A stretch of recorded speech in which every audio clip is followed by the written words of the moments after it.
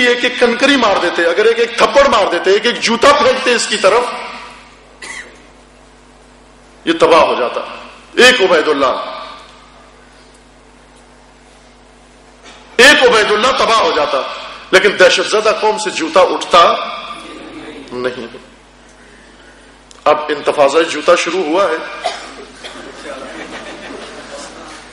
فلسطین سے انتفاضہ سنگ شروع ہوا تھا, پتھر کا انتفاضہ. عراق سے انتفاضہ سنگ شروع ہوا. یہ بہت عظیم انسان ہے منتظر الزہدی, 2 شہیدوں کا بھائی ہے. اس کے خاندان کے کئی شہید ہیں. رہنے والا صدر کالونی کا ہے, بغداد کے اندر ایک مدینہ الصدر ہے. خبروں میں جس کا ذکر بہت سنتے ہیں, آئے دن جس پر بمباری ہوتی ہے. یہ میگزین اگر 1-2 دن میں آ جائے, اس کے اندر کچھ ان کا ڈیٹا آیا ہوا ہے, لکھا ہے اس کے اندر.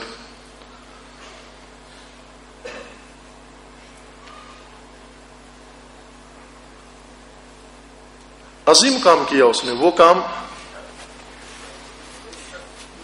جو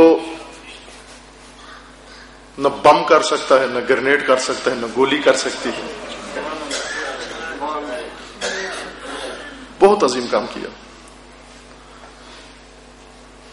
آپ کہہ لیں کہ عراقیوں کے تمام اعمال کو اس نے ایک دفعہ دھو دیا.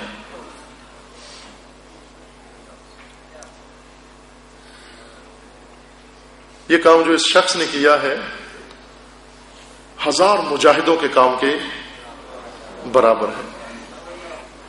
اس نے حقیقی حج اکبر کیا ہے. اس شخص نے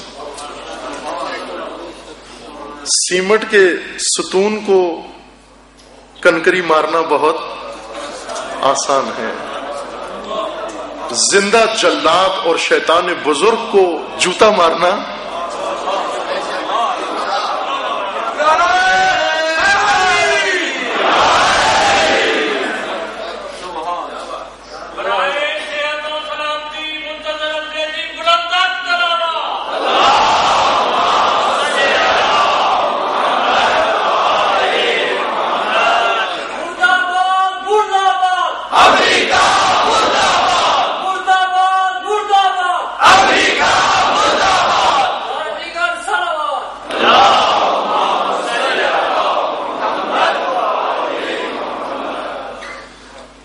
اس نے ایک نیا طریقہ مبارزے کا سکھا دیا پوری دنیا کو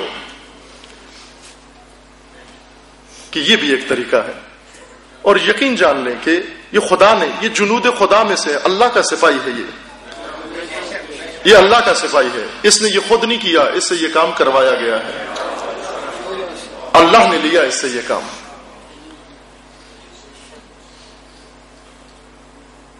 اس سے صرف یوں نہیں کہ ایک جوتا ایک شخص کی طرف پھینکا گیا ہے, بلکہ ایک شیطانی امپراتوری نابود ہوئی ہے. منتظر نے, وہ جس سے کرزئی اور کرزئی جیسے اور بہت سارے جس کے جوتے پالش کرتے ہیں, جس کے جوتوں کو پالش کرنا اپنے لیے فخر سمجھتے ہیں, جس نے عالمی حکومت کا خواب دیکھا ہوا ہے, جس کے ایک ٹیلی فون سے بڑے بڑے جرنیل لرز جاتے ہیں, منتظر نے جا کر پوری دنیا کو بتا دیا کہ تمہارا یہ شیطانی پاور, یہ سپر پاور تمہاری میرے جوتے کی نوک پر ہے.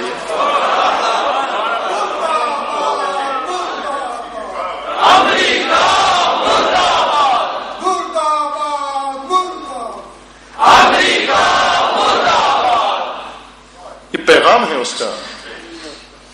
اور اگر کوئی منتظر بننا چاہے مشکل نہیں. اسے اندازہ تھا کہ اس جوتے کا خمیازہ کیا ہے, لیکن جس کو پسلیاں عزیز ہو وہ جوتا نہیں پھینک سکتا, جسے سر عزیز ہو وہ جوتا نہیں پھینک سکتا. جو سر ہاتھ پہ رکھ لے اس کے لیے بہت آسان ہے, بہت آسان ہے اس کے لیے. اس نے قرآن سمجھ لیا, اسے معلوم تھا کہ ظالم کو جو نہ روکے وہ ظالم کے ساتھ ہے, قاتل کو جو نہ ٹوکے وہ قاتل کے ساتھ ہے.